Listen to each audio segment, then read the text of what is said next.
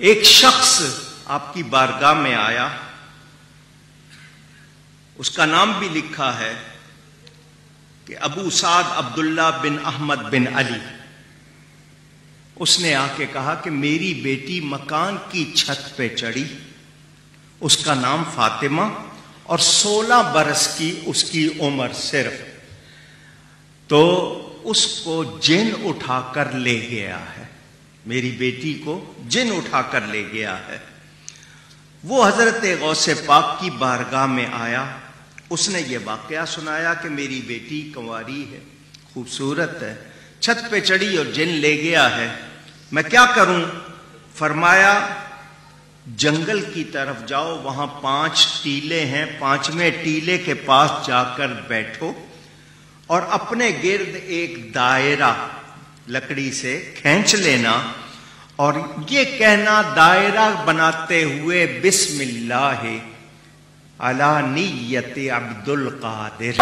مارو نہیں، یہ مذاق ہو رہا ہے، ایک سیکنڈ یار، مذاق ہو۔ تمہارے پاس بہت سی چیزیں آئیں گی لیکن اس دائرے میں داخل نہیں ہوں گی، ڈرنا اور گھبرانا نہیں۔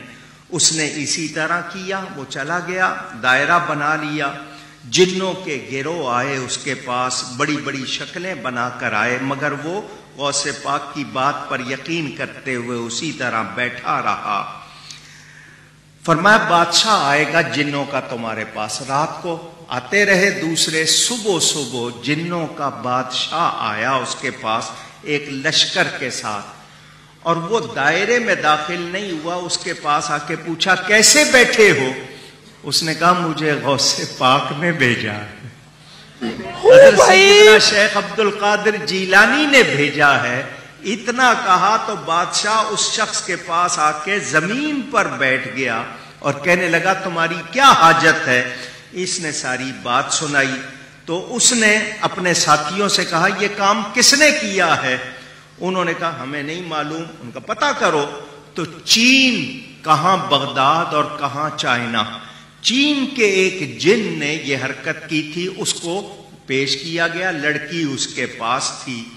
وہ جب آیا تو بادشاہ نے، جنوں کے بادشاہ نے اس سے پوچھا تجھے کس چیز نے اس پر برانگیختہ کیا، اکسایا تجھے کہ تو غوث پاک کے علاقے سے لڑکی اٹھا کے لے جائے؟ تیری اتنی جرت کیسے ہوئی؟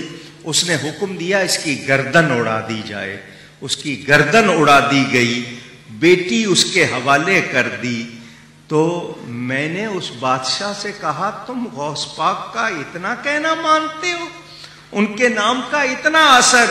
تو اس نے کہا وہ جس طرح اللہ کی عطا سے بغداد میں بیٹھے ہیں وہ پوری کائنات میں تصرف کرتے ہیں، جنوں انسانوں پر ان کو اختیار دیا گیا ہے، ہم ان کی نافرمانی کر سکتے نہیں۔